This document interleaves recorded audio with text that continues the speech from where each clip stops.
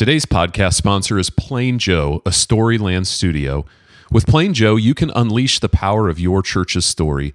Their creative, fun-loving team of designers, architects, and specialists will come alongside your church to help you excel in your storytelling and reach the people who need you the most. Plain Joe has expertise in strategic, spatial, and digital storytelling, from brand development to architecture, website design, and beyond. You can learn more about their services and their team at plainjoe.net. Well, welcome to the Unstuck Church podcast. I'm Sean, your host today. Happy New Year, everybody. Amy, it's going to be a really fun episode because our teammate, Tiffany Deluccia, is joining us today. That's always great to have her here. Here I am. Well, we wanted to start off 2025, both looking back and kind of looking ahead to what's coming. And of course, for us on our team here at the Unstuck Group, by far the most significant thing that's happened this year to us is we lost our founder, Tony Morgan, in September. And it was an incredible impact on us, Amy, Tiffany, and I, as people, as friends of Tony's. It was an incredible impact on our organization. It was an impact for the Big C Church, as we heard from so many pastors who expressed their condolences and the impact that Tony had had on them. And so we can't move on with this podcast without saying we miss our friend. We wish he was here, but we're inspired by the mission that he started years ago and continue that on into 2025. Well, in the past on the podcast, Tony had actually started the year with a podcast kind of looking back at the year that was and all that had happened and looking forward to the year to come. And we thought we'd continue that in his honor, although Tony really wasn't one for tradition, was he? No, not at all. But wow, Sean, Tiffany, 2024, what a year of highs and lows. I think if there was ever a year to pause and look back, this is probably the year. So Sean and I invited Tiffany Deluccia, as he mentioned, to join us. And if you don't know Tiffany, she's the third member of our leadership team here at Unstuck. It seems like every time she's on the podcast, that tends to be the most popular podcast of the year. So that's true. Glad to have you here, Tiffany. And like you said, we want her to join us as we reflect on both God's faithfulness in 2024 and preview some of the things that are coming up in 2025. Yeah, I'm happy to be here to do that. And look, I've got a real microphone for the first time. I'm on the podcast, not using my Apple AirPods. So officially official. That's excellent. All right, so let's start off with some reflection here on the year behind us. What stood out? Well, I'll just jump in. It was a year of wins for the Big C Church. I remember, when I was on staff at my church years ago, I always counted those baptism days as my paydays. To see people going public with their faith, to hear the stories of their transformation. It made what I did matter in a very special way. So like whatever small part I had on or behind the scenes to help them in their faith journey, it made what I did there at the church matter. And that sort of describes my joy over the church's wins this year. And there's so many to celebrate. The week before Tony passed away, we had been in our Slack channel just celebrating some incredible reports from churches we've been serving. One of them, Summit Church in Colorado, who I've been working with for several years. They had sent me an email and said, these last 3 weekends at church, we have broken our attendance record over and over. Except for holidays, we've never broken 400 people in person since COVID.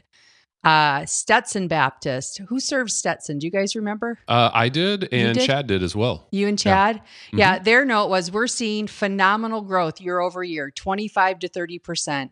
We're seeing people come to know Jesus. We're launching new initiatives. We're about to take over the facility of a dying church with hopes to revitalize that campus in the neighboring city. Another one, awesome. I don't think we mentioned, but it's a church that Tony and I had been serving for 5 years, I think. And so the pastor sent him this note and said, I'm only sending this to a few friends who I know will celebrate with us. And he said to Tony, you were so instrumental in our turnaround. But we just got in the mail on Tuesday from Outreach Magazine that we are the 9th fastest growing church among all denominations. And he goes, That's insane. We're praising God. And then, of course, Athens Church, one of my favorites. It's another church Tony and I had been serving for the past 3 to 4 years. They launched their very first multi-site just a few months ago in September. And the campus pastor shared that they had 760 adults in worship across 2 services, just under 1,000 overall if you add in kids and students. And Tony, he said, Tony told us months ago we should plan for 3 times our launch team number on opening Sunday. With 250 adults and our launch team, we were almost exactly 3 times our number. And his colleague, I love what she said. She goes, awesome. Everything was flawless, and I'm an Enneagram 1, so that is saying a lot. The model works. It replicates so well. We picked the right people, and just, I can feel Tony smiling. It was too bad he couldn't be there when that opened. Yeah. And maybe just one last thing that's on my mind that I'll share is, we've launched several cohorts these past 2 years serving executive pastors and multi-site leaders. And the results these churches are seeing are game-changing, like 20 to 40% growth, new services, new locations. Just the kingdom got bigger. That's all I can say, at least from my seat. The kingdom got bigger in 2024. And again, that's my payday. Whatever small or big part we here at Unstuck got to play. It's why I get on a plane at 5 a.m. I eat Jimmy John's alone and spend time away from my family, because there really is nothing better than seeing God's church in action. Absolutely. Well, the numbers back it up, Amy. We are a data organization, not data. We're very focused on the data. And we love to look at the numbers because the numbers give us some indication of just the health of a church or the Big C church in general. Here's what's cool. This year we served, I don't think we've actually talked about this yet, and you guys may not know this.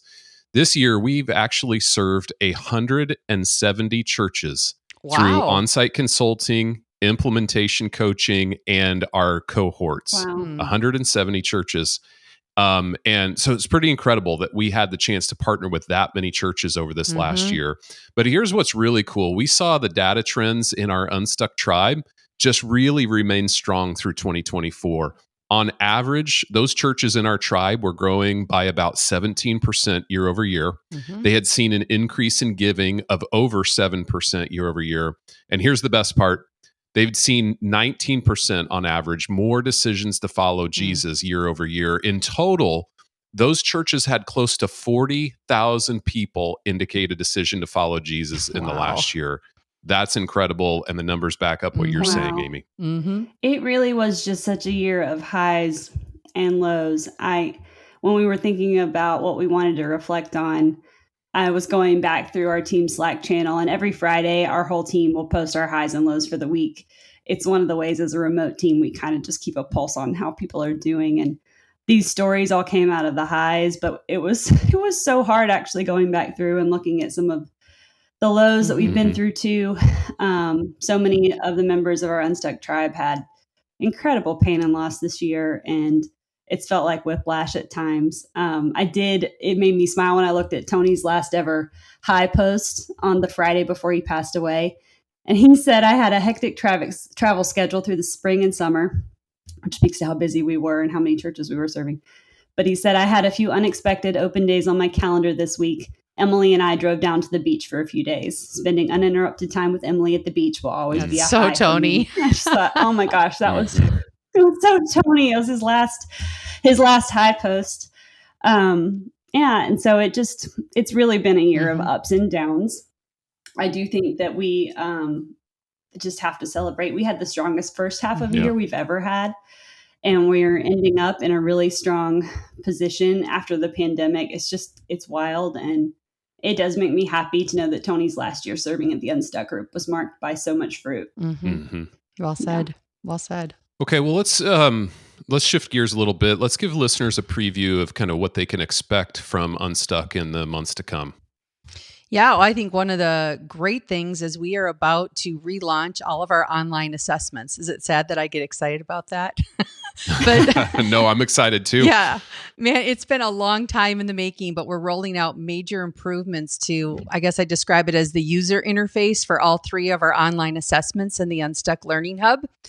These assessments are there, listeners, to equip you as the leader just to get an accurate look at your church's health. And so for years, we've had login issues or just different clunky things in it, but I'm excited about the changes. Let me just talk about the 3 assessments really quick. One of them is the Unstuck Church Assessment. And if those of you who've taken it, you're familiar with it, but it really helps a leader understand where their church is at in the life cycle. If they're gaining momentum, if they're losing momentum. I think oftentimes as church leaders, you have a gut feel on something that is either winning or behind, but this gives you some data. It gives you some comparative things to look at to understand where you are, as well as what are the priorities then? What do we need to be working on so we can continue to gain momentum and get to that sustained health area?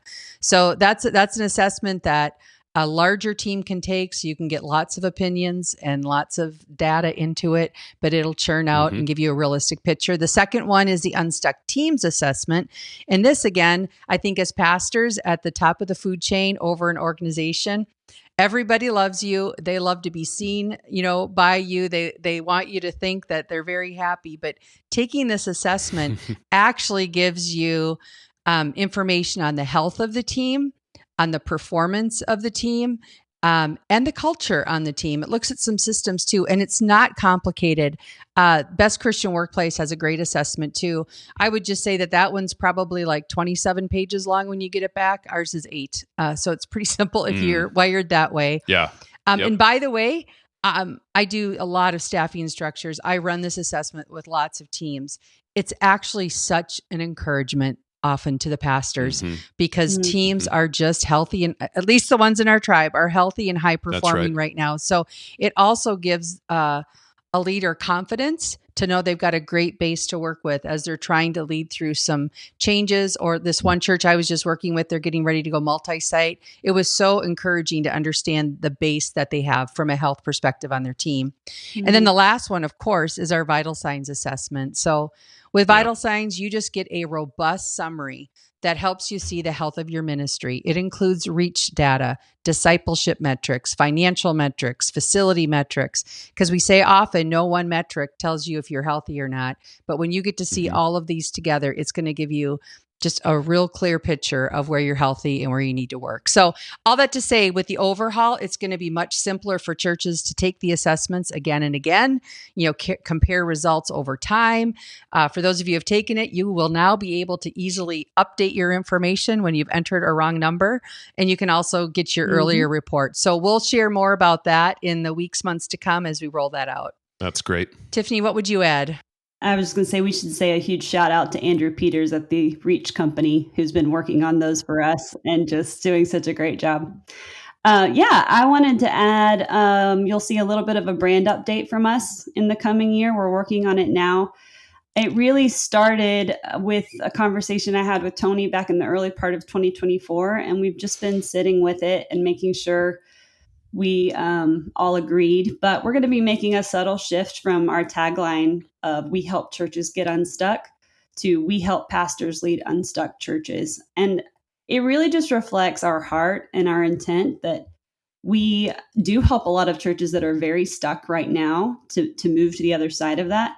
We also serve a lot of churches that are very healthy and thriving, and their pastors are forward looking. Yeah. They're seeing stuckness on the horizon. They're trying to make sure their churches don't fall into pitfalls that are avoidable. And the other reality is you get unstuck once, it doesn't mean you never get stuck again. Right. Sure. And we need to have a posture of continually assessing and evaluating how we're doing and where we need to be going next.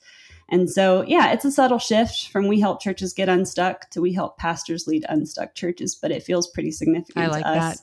And really reflects where we've been the last few years.